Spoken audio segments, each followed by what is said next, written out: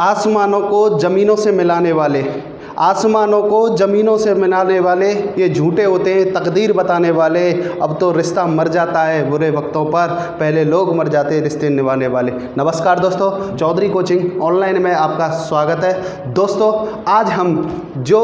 आज करंट का मुद्दा है वो G7 की अब 2021 में क्या चल रही है, बैठक चल रही है, और इस पर हम क्या करने वाले, चर्चा करने वाले हैं कि व्हाट इज़ द G7, कि G7 है क्या, और उसके बारे में हम क्या करेंगे, आज चर्चा करेंगे। जैसे हम बात करें G7 के बारे में कि G7 तो क्या है, अगर इसकी बात करें G7 क्या है तो इसके बारे में मैं आपको बता दूं, यह दुनिया की उन 7 देशों की अर्थव्यवस्था पर जो सबसे ज़्यादा विकसित माने जाते हैं उन देशों का एक गैर अंतर सरकारी संगठन है। क्या है यह? विश्व की जो विकसित अर्थव्यवस्था वाले देश हैं, विकसित अर्थव्यवस्था वाले देशों की क्या एक गैर अंतर सरकारी क्या है, अंतर सरकारी संगठन है। अब ये गैर अंतर सरकारी संगठन और सरकारी संगठन में क्या अंतर होता है कि जिन संगठनों का संविधान होता है उनके खुद के नियम कानून व्यवस्था होते हैं और उनका उल्लेख मिलता हो यूएन के तहत, उनको तो सरकारी संगठन बोलते हैं। जबकि इसका जो हमारा G7 है, G7 का क्या है, कोई संविधान नहीं है। और ये क्या है, जो विश्व की 7 सबसे विकसित अर्थव्यवस्था वाले देश हैं उन 7 देशों के द्वारा जो बैठक में आयोजन लिया जाता है उसे क्या कहा जाता है, G7 कहा जाता है। अगर हम आगे बात करें, इसके बारे में चर्चा करें कि वो 7 देश कौन कौन से हैं जो इसमें शामिल होते हैं। अगर हम बात करें, इसमें आता है कनाडा, इसमें बात करें आगे अमेरिका, इसमें आगे बात करें जर्मनी, इसमें आगे बात करें इटली, इसमें आगे बात करें जापान, इसमें आगे बात करें फ्रांस,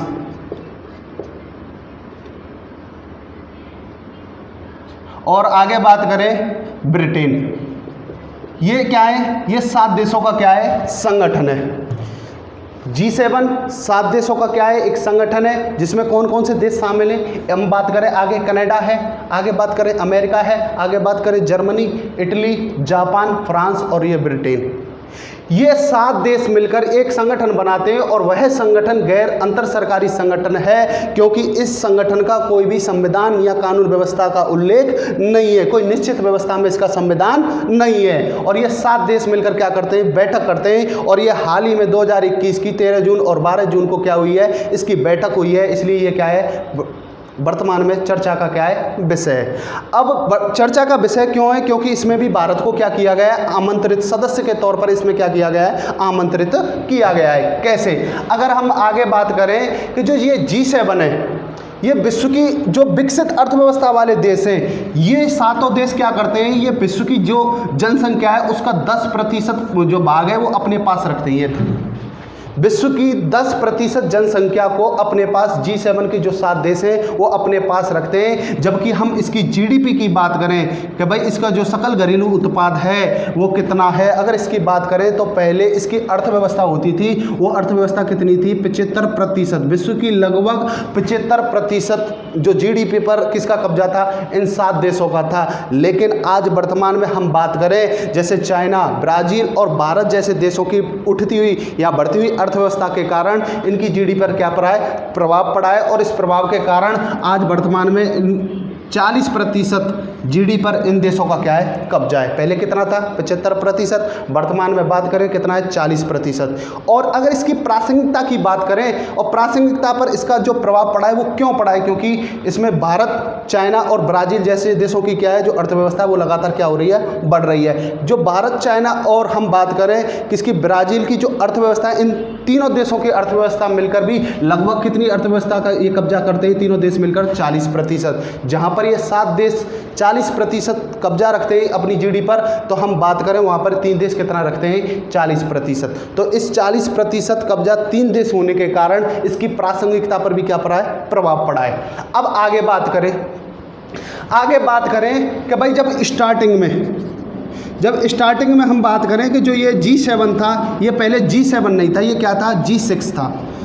और G6 की जो पहली बैठक हुई थी वो कब हुई थी, 1975 में G6 की क्या हुई थी, बैठक हुई थी। लेकिन सन 1976 में कौन से सन में? 1976 में कनाडा इसमें क्या हो गया? शामिल हो गया। और कनाडा के शामिल होने के बाद ये सम्मेलन कैसा बन गया, ये समिट कैसा बन गया? ये बन गया G7। G7 कब बना?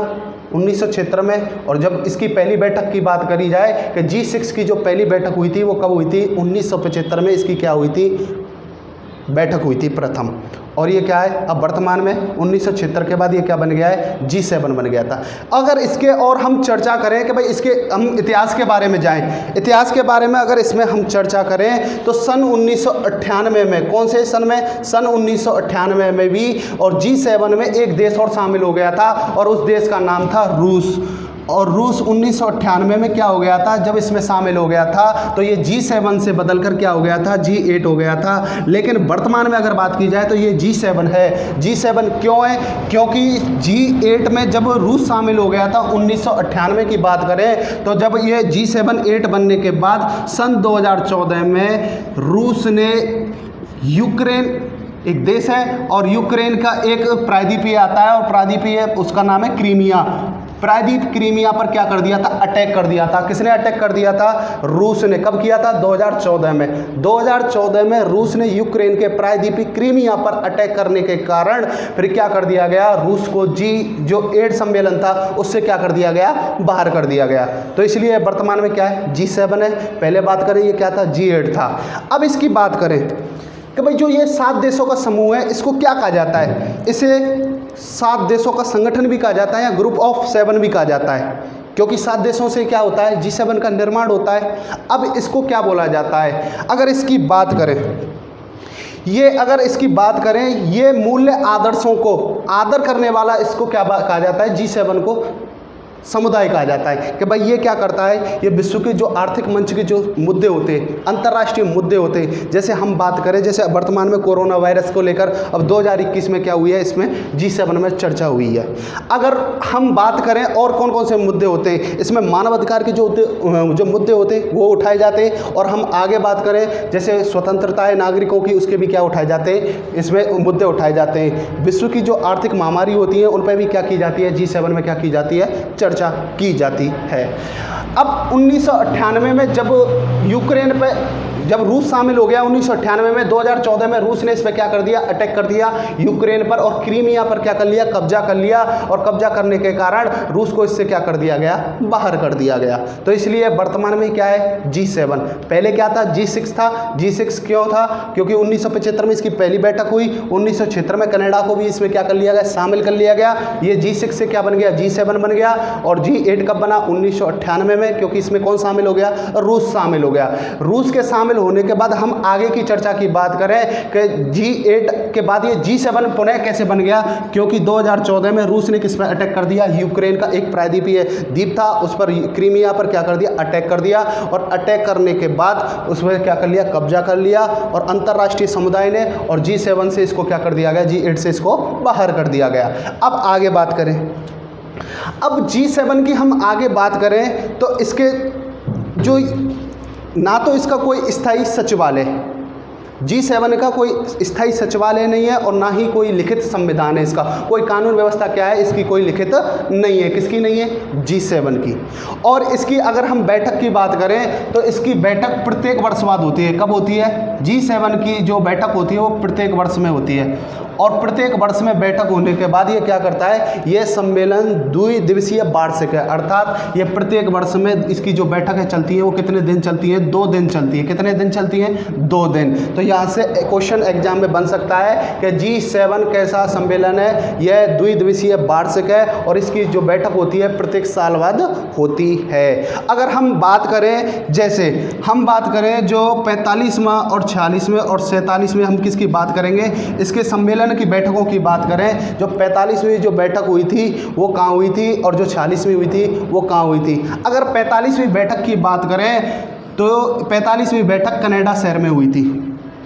G7 की जो 45वीं बैठक हुई थी कनाडा शहर में हुई थी और 46वीं जो बैठक हुई थी वो कहाँ हुई थी? फ्रांस में हुई थी। और अगर हम बात करें जो 47वीं बैठक है, वर्तमान में जो 47वीं बैठक है वो अब हाल ही में जो चर्चा में वो कहाँ हुई है? लंदन में हुई है। कहाँ पर हुई है? लंदन में।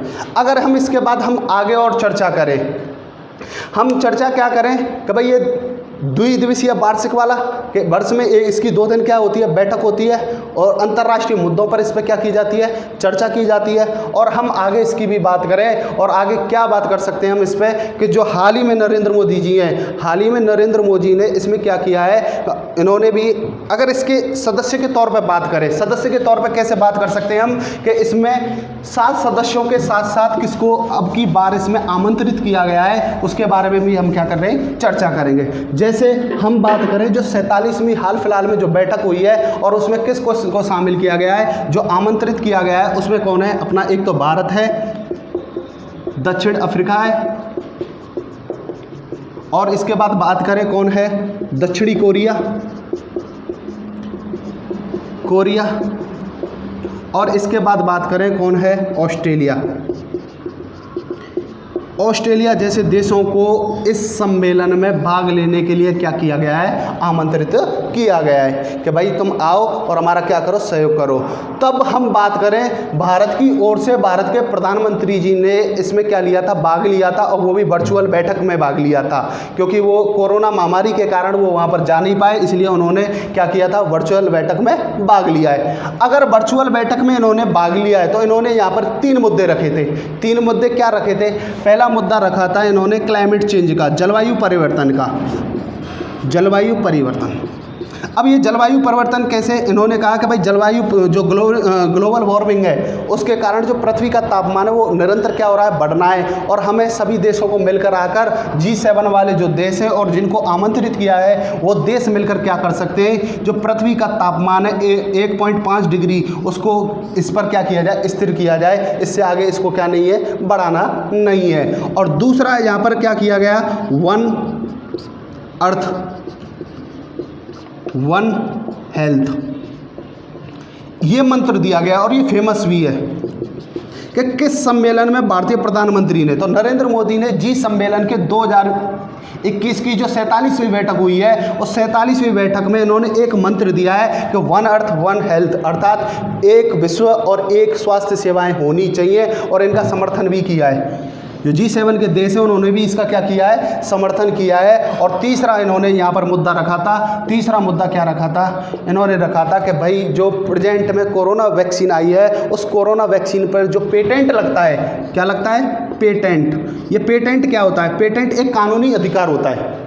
क्या होता है, पेटेंट एक कानूनी अधिकार होता है जो किसी संस्थान या किसी व्यक्ति विशेष के द्वारा किसी भी क्षेत्र में कोई नई खोज की जाती है तो उस खोज का कोई व्यक्ति दूसरा प्रयोग ना कर सके उसकी अनुमति के लिए, और उसकी अनुमति के बाद ही क्या कर सकते हैं, हम प्रयोग कर सकते हैं, उसे क्या कहा जाता है, पेटेंट कहा जाता है। तो इन्होंने कहा है कि जो कोरोना वैक्सीन की जो वैक्सीन आई है, कोरोना वैक्सीन, उस पर क्या है, जो पेटेंट लगता है सरकारों के द्वारा उसको क्या किया जाए, समाप्त किया जाए। ये क्या रखे गए, ये 3 मुद्दे रखे गए।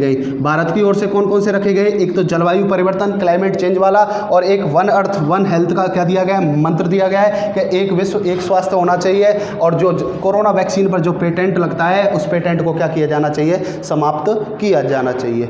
ये क्या था, G7। और G7 की जो हाल फिलहाल में लंदन में क्या हुई है, बैठक हुई है। और अगर इसके बारे में और थोड़ी बहुत भी चर्चा करें तो इसकी जो अध्यक्षता करता है वो बारी बारी से प्रत्येक देश क्या करता है, जो G7 के जो प्रत्येक देश है वो क्या करते हैं, इसकी अध्यक्षता करते हैं। और अध्यक्षता करने वाला देश क्या कर सकता है, किसी भी देश को क्या कर सकता है, आमंत्रित कर सकता है। और आगे बात करें हम इस पे कि अब की जो G7 की जो बैठक हुई है 2021 की, 2020 की अगर बैठक की बात करें, 2020 की जो बैठक हुई थी वो अमेरिका में हुई थी, लेकिन 21वीं जो बैठक, अब इसकी 47वीं जो बैठक हुई है 2021 में, इसका जो मुद्दा रखा गया है मेन वो क्या है, चीन की जो आर्थिक पॉलिसी है, मजदूरों वाली जो पॉलिसी है उनको नियंत्रित करने के लिए या विश्व आर्थिक समुदाय में जो चीन का बढ़ता प्रभाव है उसको रोकने के लिए क्या किया गया है, इसमें कुछ मुद्दे रखे गए थे और ये क्या था, G7। और सबसे ज़्यादा यहाँ पर अगर हम बात करें कि कोरोना से संबंधित, और यहाँ पर 2 क्वेश्चन बन सकते हैं। क्या, एक तो क्वेश्चन ये बन सकता है कि 1 अर्थ 1 हेल्थ भारतीय प्रधानमंत्री ने G7 की जो बैठक हुई थी आमंत्रित किए जाने पर क्या किया गया, यहाँ पर इन्होंने मुद्दा उठाया है। और दूसरी बात करें हम क्या कि एक तो कनाडा और एक अमेरिका, जर्मनी, इटली और जापान, फ्रांस और ब्रिटेन, इसके साथ एक यूरोपियन संघ की भी बात करें तो यूरोपियन संघ भी क्या है, इसमें सदस्य के तौर पर क्या होता है, शामिल होता है। ठीक है ना। तो ये क्या है, ये 7 देश है। 7 देशों को ही क्या कहा जाता है, G7 कहा जाता है। पहले ये क्या थे, पहले तो G6 था, G6 के बाद G7 बनाया, फिर G8 बनाया, फिर पुणे से क्या बन गया, G7 बन गया। और आगे की ऐसे ही मुद्दों के साथ हम मिलेंगे। आपको ये वीडियो कैसे लगा कमेंट में क्या करें, आप ज़रूर बताएं और वीडियो को ज़्यादा से ज़्यादा शेयर करें और सब्सक्राइब करें। धन्यवाद।